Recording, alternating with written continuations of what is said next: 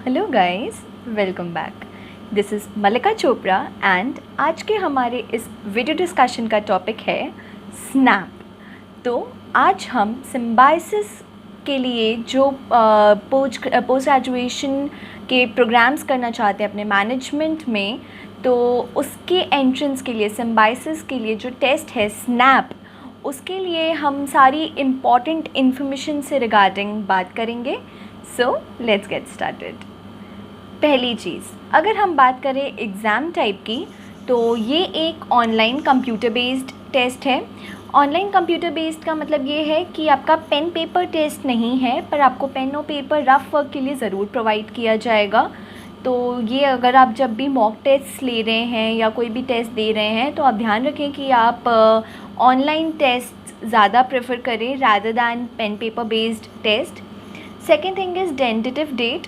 तो हमने पहले की वीडियोस में भी बात करी है कि कोविड-19 की वजह से हो सकता है कि कुछ डेट्स में चेंजेस हों, तो उसके लिए आप नोटिफिकेशंस फॉलो करते रहिएगा इंटरनेट पे। बट अभी के नोटिफिकेशन के हिसाब से अगर हम बात करें तो दिसंबर मिड में ये एग्ज़ाम स्केड्यूल्ड है। देन ड्यूरेशन ऑफ टेस्ट हमारा 2 आवर्स का टेस्ट है। ये 2 आवर्स का जो टेस्ट है, इसमें आपके 115 क्वेश्चंस पूछे जाएंगे, 115।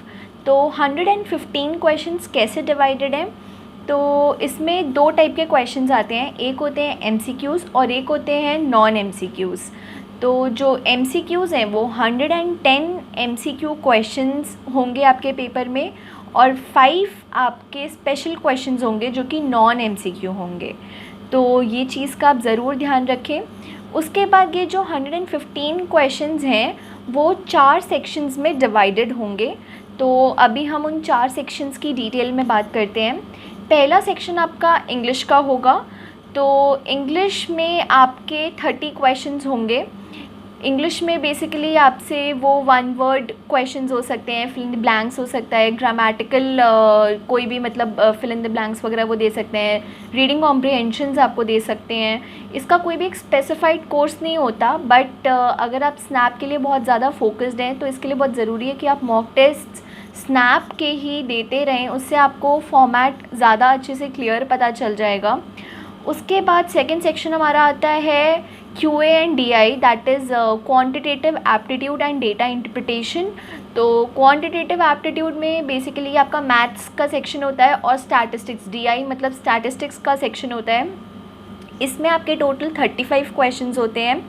QA में वो आपसे बेसिक मैथमेटिक्स हो गया, परसेंटेज, रेशियो एंड ये सबसे related, time, distance and speed वगैरह से रिलेटेड क्वेश्चंस आएंगे।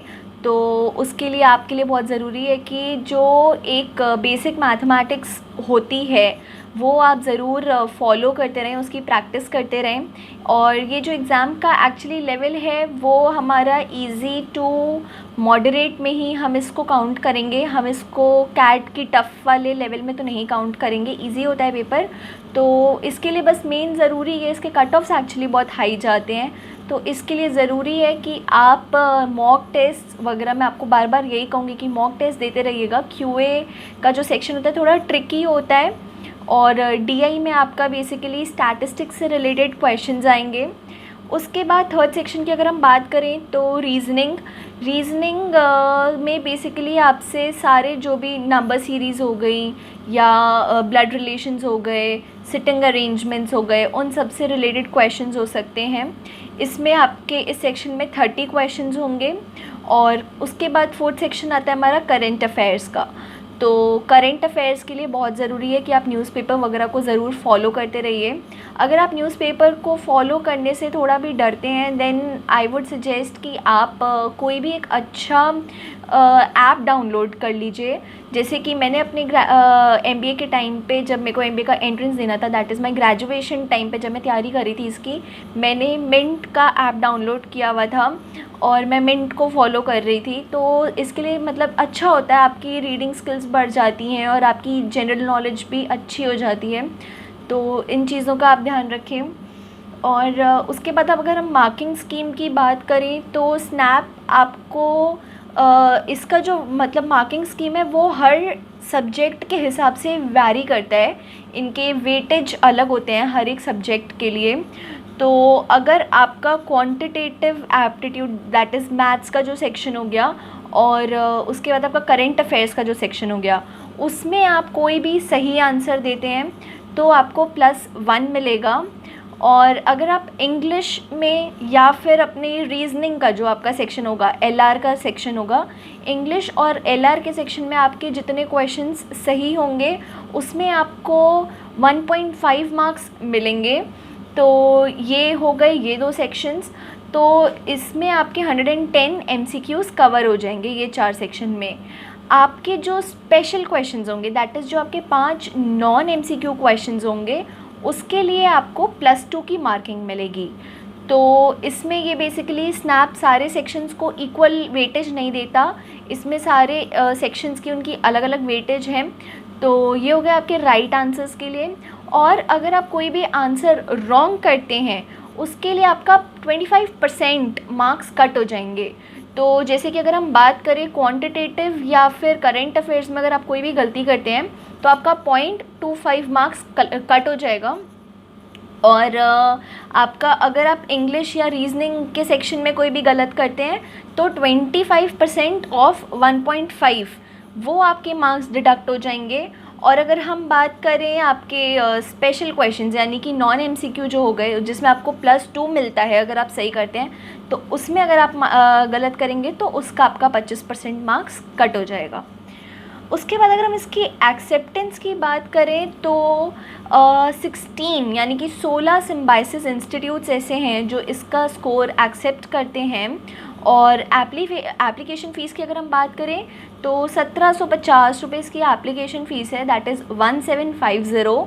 तो ये सभी के लिए सेम है, चाहे इसमें कोई कैटेगरी बेस्ड वाइज डिवाइडेड नहीं होता है कि ओबीसी या एससी एसटी पीडब्ल्यूडी वगैरह के लिए कोई अलग इनकी एप्लीकेशन फ़ीस हो, सबके लिए इट इज़ 1750 रुपीज़।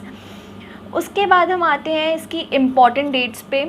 तो हमने पहले ही वीडियो की स्टार्टिंग में हमने बात करी कि कोविड-19 की वजह से चेंजेस आ सकते हैं, तो इसके लिए बहुत ज़रूरी है कि आप इसमें सारी जो ऑफिशियल वेबसाइट पे चेक करते रहें नोटिफिकेशन अगर कोई भी हो चेंज हो डेट होने की, तो वो चीज़ को आप ज़रूर फॉलो करते रहिएगा। बट अभी की नोटिफिकेशन के हिसाब से अगर हम बात करें डेट्स की, तो इसका जो रजिस्ट्रेशन स्टार्टिंग है तो रजिस्ट्रेशन इसकी अगस्त के मिड में स्टार्ट हो जाएगी और लास्ट डेट टू अप्लाई हमारी नवंबर के 3rd वीक में इसका लास्ट डेट टू अप्लाई होगा।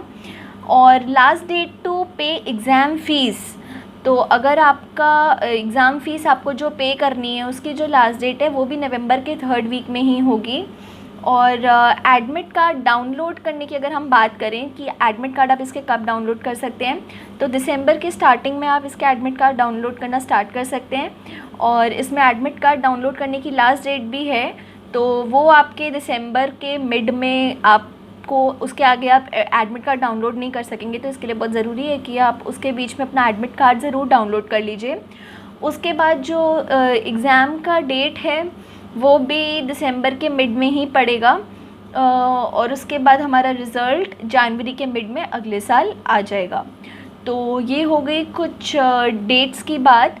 अब मेरा आपसे बहुत रिक्वेस्ट है, आप लोग जो भी ये वीडियो देख रहे हैं, कि जब भी आपकी कोई भी डेट्स आती हैं आप उसको ज़रूर से अपने सामने, आप जहाँ पे भी पढ़ रहे हैं, आप स्टडी टेबल पे पढ़ रहे हैं तो आप अपने सॉफ्ट बोर्ड पे या फिर आप जहाँ पे भी हैं उसको आप अपने सामने एक जगह पेज पे सारी डेट्स वगैरह देख के इंटरनेट पे वापस से चेक करके सारे जो भी डेट्स हों वो लगा लें और बार बार उसको चेक भी करते रहें फ्रीक्वेंटली कि कोई चेंजेस वगैरह तो नहीं है। तो क्योंकि इस साल काफ़ी चेंजेस हो सकते हैं कुछ चीज़ों में, तो आप उसको ज़रूर फॉलो करते रहिएगा। और सारी डेट्स को, सारे कॉलेजेस के लास्ट डेट्स क्या हैं और इम्पॉर्टेंट डेट्स क्या क्या हैं, उन सबको आप ज़रूर फॉलो करिएगा और अपने सामने उनको रखिए, सो दैट आप कोई भी चीज़, कोई भी कॉलेज मिस ना कर दें। तो guys, this was all from our side and मेरा आई रियली होप कि आप सब बहुत अच्छा डिसीजन लें और आप एग्ज़ाम ज़रूर अपना क्रैक कर पाएँ इस बारी। And all the best from our side. अगर आपको हमारे से और भी कोई क्वेश्चंस हैं तो आप प्लीज़ उनको कमेंट सेक्शन में ज़रूर पूछें। आप हमारी वीडियोस को लाइक करते रहिए। अगर आपने हमें अभी तक सब्सक्राइब नहीं किया है तो आप हमें ज़रूर सब्सक्राइब करिए। हमने ऑलरेडी MBA से रिलेटेड कुछ वीडियोस अपने चैनल पे डाल रखी हैं और हम आगे की वीडियोस में और कुछ एग्ज़ाम्स के बारे में बातें करेंगे और उसके बाद हम बात करेंगे कि कैसे हमें सारे सेक्शंस के बारे में क्या क्या चीज़ें ध्यान रखनी है और हम कुछ टिप्स एंड ट्रिक्स की बात करेंगे सारे सेक्शंस में। So guys, stay tuned with us. All the best. Thank you.